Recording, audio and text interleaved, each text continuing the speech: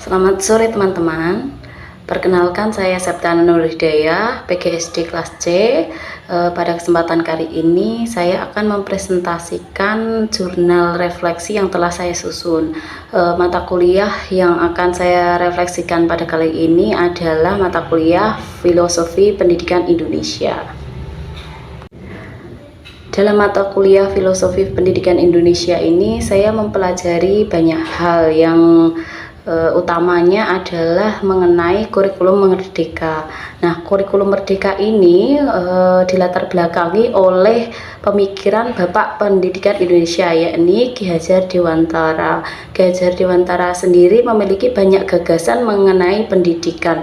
Nah, beberapa gagasan dari Ki Hajar Dewantara ini kemudian dijadikan landasan dalam menyusun atau mengembangkan kurikulum merdeka yang digunakan di Indonesia pada saat ini.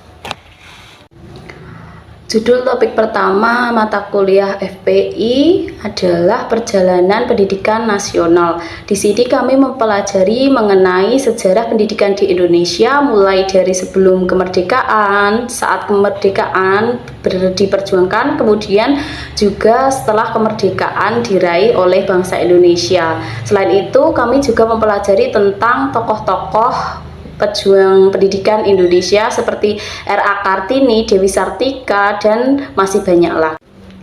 Semua cerita pahlawan pendidikan Indonesia menjadikan saya lebih semangat dalam menjalani peran saya sebagai calon guru. Judul kedua dari topik FPI yakni berkaitan dengan dasar-dasar pendidikan Ki Hajar Dewantara. Nah, pada topik ini kami mempelajari lebih dalam mengenai siapa itu Ki Hajar Dewantara, gagasan-gagasan yang disampaikan mengenai pendidikan, dan juga peran beliau dalam memperjuangkan pendidikan di Indonesia. Selain itu, topik ini juga membahas mengenai pendidikan sosial budaya yang masih berkaitan dengan gagasan-gagasan Ki Hajar Dewantara. Topik 3 mata kuliah FPI berjudul Identitas Manusia Indonesia. Nah, topik ini membahas tentang manusia Indonesia yang lahir dan hidup di lingkungan Kebhinneka-Tunggal-Ikaan dan religius. Nah, hal-hal tersebut menjadi dasar munculnya identitas Indonesia, yakni Pancasila. Nah, kekuatan nilai-nilai luhur identitas manusia Indonesia menjadi bagian penting dalam pendidikan nasional saat ini. Kemudian topik keempat berjudul Pancasila sebagai Fondasi Pendidikan Indonesia. Topik ini membahas tentang relevansi Pancasila sebagai identitas dan entitas bangsa Indonesia yang kemudian diwujudkan melalui profil pelajar Pancasila atau yang sering disebut atau disingkat dengan PPP. Nah, PPP sendiri merupakan tujuan pendidikan dan sebagai ciri khas dari kurikulum merdeka. Topik terakhir yakni topik 5 dengan judul Telaah Praktik Baik Pendidikan yang Memerdekakan. Pada topik ini kami belajar tentang konsep pendidikan yang memerdekakan peserta didik sesuai dengan kurikulum yang sedang digunakan pada saat ini. Selain itu, kami juga diajak untuk mengidentifikasi praktik-praktik baik yang telah dilakukan di SD tempat kami PPL, sekaligus mencoba mempraktikkan beberapa praktik baik dalam pendidikan. Nah, dari beberapa topik yang telah saya sebutkan di atas, saya lebih tertarik untuk membahas atau merefleksikan pengalaman pembelajaran saya pada topik 4 dan topik 5, karena menurut saya keduanya sangat penting untuk dipelajari sebagai bekal menjadi seorang guru pada masa ini. Kedua topik tersebut sangat penting untuk dipelajari karena keduanya berkaitan langsung dengan kurikulum merdeka. Sebagai seorang calon guru, tentunya saya harus memahami hal-hal yang berkaitan dengan kurikulum tersebut. Hal ini dilakukan sebagai upaya untuk mencapai tujuan negara, yakni mencerdaskan kehidupan bangsa. Dengan mempelajari materi pada topik 4, saya mulai mengenal lebih dalam mengenai profil pelajar Pancasila atau yang sering disingkat dengan PPP. Nah, sebelumnya saya pernah mendengar istilah ini, namun saya belum mengerti apa maksud dan tujuan dari PPP tersebut. Setelah mempelajari topik ini, saya mendapatkan pengertian bahwa PPP merupakan sejumlah karakter dan kompetensi yang diharapkan mampu diraih oleh peserta didik. Nah, nilai-nilai dari Pancasila menjadi dasar dalam penyusunan PPP tersebut. PPP terdiri dari 6 dimensi. Yang pertama adalah beriman, bertakwa pada Tuhan Yang Maha Esa dan berakhlak mulia, berkebinekaan global, bergotong royong, mandiri, bernalar kritis, serta kreatif.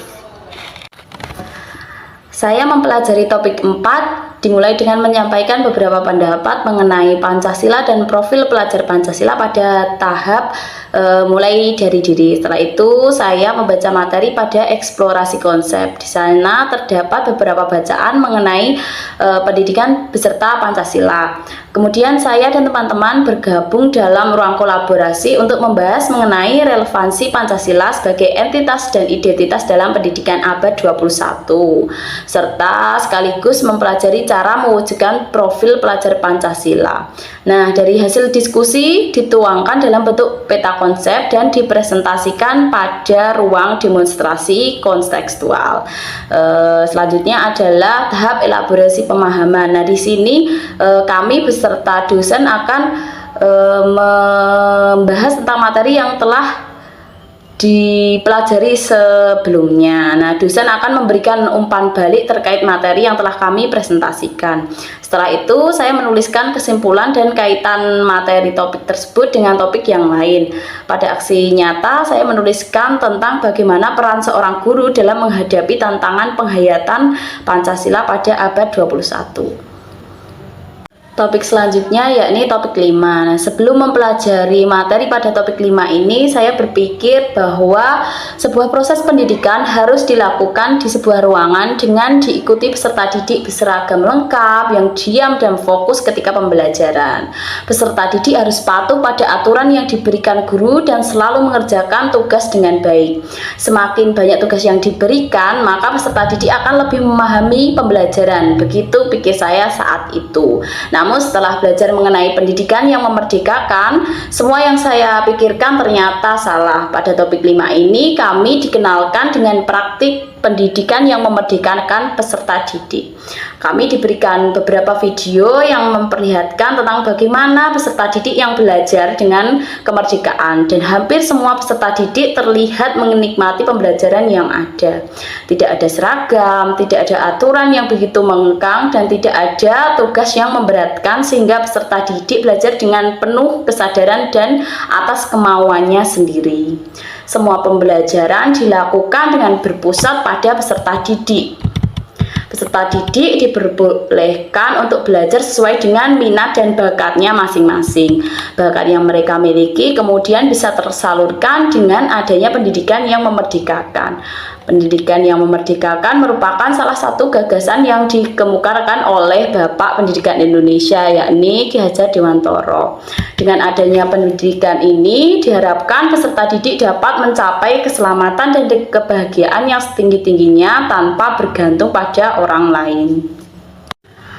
Topik 5 kami pelajari dimulai dengan menyampaikan beberapa pendapat mengenai pendidikan yang memerdekakan pada tahap mulai dari diri. Kemudian setelah itu saya membaca materi pada eksplorasi konsep. Di sana ditampilkan beberapa video mengenai penerapan pendidikan yang memerdekakan. Kemudian saya dan teman-teman bergabung dalam ruang kolaborasi untuk membahas mengenai praktik baik yang ada dalam video tersebut, kemudian menganalisis praktik baik di sekolah PPL tempat kami praktik, dan memberikan beberapa pendapat mengenai cara mewujudkan pendidikan yang memerdekakan. Pada tahap demonstrasi kontekstual, saya membuat sebuah poster tentang pendidikan yang memerdekakan. Setelah itu, dosen memberikan umpan balik terkait materi pada tahap elaborasi pemahaman. Di tahap koneksi antar materi, saya menuliskan koneksi antar topik dalam mata kuliah FPI beserta analisis praktik pendidikan yang memerdekakan di sekolah tempat PPL. Kemudian saya beserta teman-teman kelompok PPL melakukan praktik baik di sekolah sebagai wujud aksi nyata dari topik tersebut. Strategi yang diimplementasikan dalam mempelajari topik tersebut sangat penting bagi saya karena sudah sesuai dengan tahap perkembangan. Kami diberikan kesempatan untuk membaca materi. Sebelumnya kami juga diberi kesempatan untuk menyampaikan pengetahuan awal kami terkait materi tersebut. Setelah itu kami membaca materi dan melakukan diskusi bersama teman-teman, kemudian melakukan presentasi di depan kelas. Setelah presentasi biasanya dosen memberikan umpan balik terkait dengan materi yang telah kami sampaikan sehingga pemahaman kami tidak melenceng dari kebenarannya. Kami juga diajak untuk mengaitkan materi dengan hal-hal yang ada dalam kehidupan sehari-hari sehingga akhirnya dapat merancang rencana aksi nyatanya. Artefak dari pembelajaran FPI ini dari dua topik yang saya pilih yakni berkaitan dengan demonstrasi kontekstual, koneksi antar materi, serta aksi nyata. Pada topik 4, demonstrasi kontekstual yang saya buat yakni berupa peta konsep yang berisi tentang kontekstualisasi Pancasila sebagai entitas dan identitas bangsa.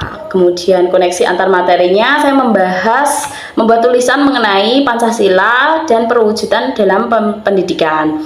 Kemudian aksi nyatanya saya membuat sebuah artikel sederhana mengenai peran yang dapat dilakukan guru untuk mewujudkan nilai-nilai Pancasila dalam pendidikan.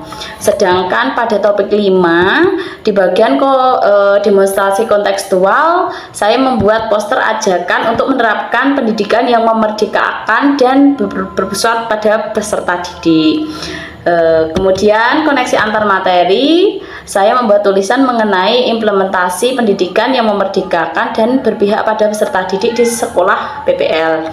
Dan aksi nyatanya saya bersama kelompok membuat sebuah proyek perubahan berupa RPP dan media pembelajaran.